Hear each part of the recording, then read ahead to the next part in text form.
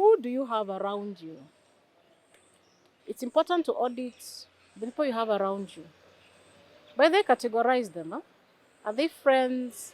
Are they acquaintances? What kind of problems what kind of spaces do you find yourself with each one of them? The last time you had a problem, you were going through something tough. Who really was there? Hapa kwa simu tutakupigia watu wengi tukwambie pole and we send very amazing messages. But who was present? Who walked with you a journey? Who calls you and tells you, my sister, my brother, I think you're very good in this? Who helps you to think more about yourself and encourages you to build towards it? Who is that person that when you know you need that 200 bob, you know anytime you make that phone call utaipata? Who is that one person that you know can just call you out of the blues and just say hi? I just wanted to find out how you're doing today. And they won't even talk about themselves for a second. But they'll really just find out how you're doing. It's important because the people we have around us determine a lot of things about us. They may even dictate our mood. Because kuna wale watu, whenever you're around them, you just feel yourself negatively charged. You know? Kuna wale watu wako tu negative. Everything wako tu negative. Yani they'll never have something positive to say about a situation and about other people. By the way, hao ndio watu wa kutoka wa kwanza. Kuna wale watu, if you just see that phone call, unajua hii ni pressure. They're about to update you about what somebody else has done or somebody else has said, even said about you. Na mimi naulizanga, for someone to be comfortable to tell you bad things about me, why were they comfortable? Inamaanisha pia wewe ulikuwa unachangia. Because by the way, a true friend will never come and tell you there was this problem. Jemo alisema hivi, Nancy alisema vile. A true friend will handle that in your absence. And they'll never even have to come and tell you, nani alisema hivi. But when they're in that room and they say something about you, they'll be like, unasema nini juu ya Jemo? They will actually handle the business. And they don't have to bring it before you. Hata chali mtu akikukatia, you don't need to go tell huyo mtu chali yake amekukatia. You handle that business and they never have to know. That is friendship, by the way. So watu wanakuja kukwambia ati nani alisema hivi. As I am hearing what Nancy said on the other side about me, but I'll also be double cautious about you. Na Nancy, kwa nini alikuwa comfortable kuambia hii kitu juu yangu? Why was she not afraid to say these things mbele yako? Either they were passing a message, na wewe pia umekubali kukua vessel to be used. So for you to not be used, you have to stop it at that point. You tell them, mpigie, call them and tell them that nonsense. Because sometimes people also use you to speak to somebody else. Why do you want to be that person? So the people you have around you, do you have people who inspire you?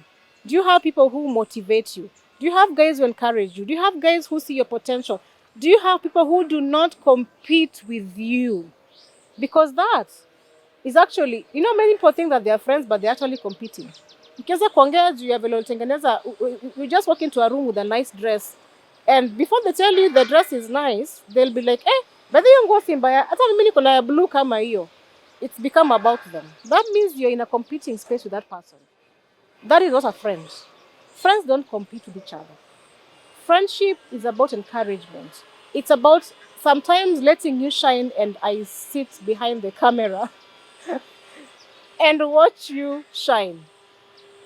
Friendship is about encouraging each other, and it's also about having the difficult conversations. Because there's things that even if I will get angry, I will not like to hear. But as a friend, you should be able to say, Celine, I know you may not like what I'm about to say, but my sister, we've been friends for a long time, and I think on this journey, it may not be the best journey. And of course with reasons, I may not like it, but later when I go, let it not be, let me not never ask later, how comes you people never said anything? And then mutasema, we thought you'd get angry. Let me get angry now and not burn my fingers. So audit people you have around you and place them in categories, because not everybody falls in the category of friends. I realize that we use this word friend, so loosely. Not everybody is a friend. Not everybody you work with is your friend. Not everybody in your family is your friend. But then you can be family, but does not mean that you're automatically friends. You can even live in the same house, but does not mean that you're actually friends. Okay? So audit who you have around you. Just notice, think through. I'm not saying now you go on a witch hunt and find what's negative with everybody around you. That's not what I'm saying. But all I'm saying is everybody that's around you, sometimes they can actually define, how much you grow.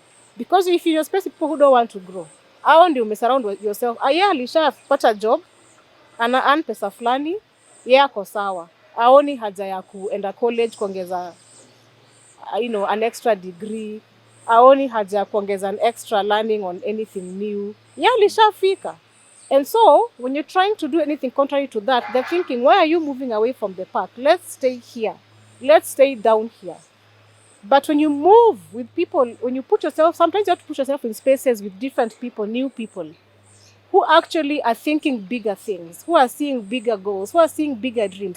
To challenge yourself for you to see, hey, nilikuwa nafikiri nimefika, nilikuwa nafikiri niko sawa, but kumbe, there is still life to live. There is still a journey and another mile to add.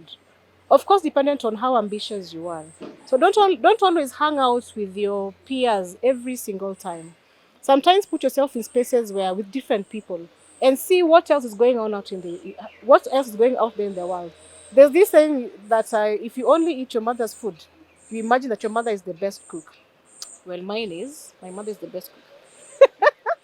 But as you go out and eat in the neighbor's house, when you go out and somebody carries a meal to the office, when you go out maybe to a church meeting or to another wedding, and you see how people cook matoke differently, and you learn something, you say, oh, I didn't know you can actually add groundnuts in matoke, or whatever it is you'll notice.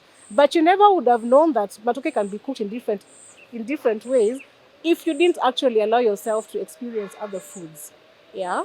So staying with your peers only is a dangerous thing. Have a mix of people in your life, but it's also wisdom to have another older generation. And again, not everybody. So pick wisely, watch, study somebody's character. Just allow yourself to be in these spaces. When you go to weddings, don't always sit with where your peers are. Sometimes sit amongst the older people and just listen to them talk. Listen to them reason about life. And they have such wisdom that they're willing to give. When people are going for business meetings, don't only go to where you know. So there's a business meeting for business owner. You don't own a business, but please go. Because as long as they will not ask on the door for you to prove you have a business, go and sit amongst business people. Because one day you want to run a business, hear them talk, see how they reason. Then one day it begins to shape how you think about life, how you think about even the job that you have. Sometimes even when meetings are called for married people, tokelezea tu. If they chase you away, that's different. Because maybe nobody may ask who's your spouse here. But just go and sit and just listen. And just listen because you want to get married one day. Just see what people are going through in marriages, how they're handling the issues and the matters of life, how are they handling finances. Because now that I'm single, I can do whatever I want whenever I want and plan whatever I want. But maybe when I hear, okay, so in marriages, maybe it happens the same. Maybe for some people it doesn't happen the same. But you just get to get a perspective of, okay, so does financial behavior change when I actually get married? So my simple point today is ask yourself, observe and audit. Who are you running with? Who are you running with? Who's around you? Because the pack you run with will keep you towards that level. If you're with amongst runners, you will begin to start running. If you only used to jog. If you start going amongst sprinters, you'll also, because we are human beings, we are wired to want to grow. We are wired to be curious. We are wired to want to adapt to our environment.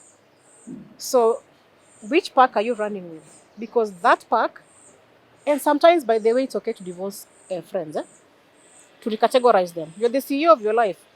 So hire, fire, and promote. There's this interesting quote I came across the other day on TikTok. You're the CEO of your life. Hire, fire, and promote at will. So if once you notice loyalty imepungua kwa mtu, now it doesn't matter whatever it is you're going, demote. And if somebody proves themselves that they've actually become a friend, promote. Doesn't mean that because I grew up with you, I've known you since I was in diapers, and now just because I've known you for the longest in my life, now you have to be a friend. No. People have to earn to be in positions in your life. If they want to be a friend, guess what? They have to earn it. But you also are, it's a mutual relationship. So they're giving, it's a give and take. You're also giving. Don't just wait to be given and then now it is you who's judging. That's not fair. It's a give and take. Some neighborhoods we grew up in, you have to move out of. For heaven's sake, you can't be born and bred and marry and work in the same neighborhood. Aki growth yako itabaki tu hapo. Because you stay with the same mentality, the same attitude, the same level, utakanga tu hapo tu. So sometimes crossover neighborhoods, na ikisemekananga hivyo, people say that tunaongea vibaya. Because you see, sometimes new neighborhoods force you into new neighbors, forces you into new networks, forces you into new, sometimes even different kinds of thinking. Hata kanisa badilisha. Yes, by the way, as long as you're a Christian, all these Protestants, Catholic, na ile ingine, those are vehicles. But Christianity, God is God. Biblia ni ile ile.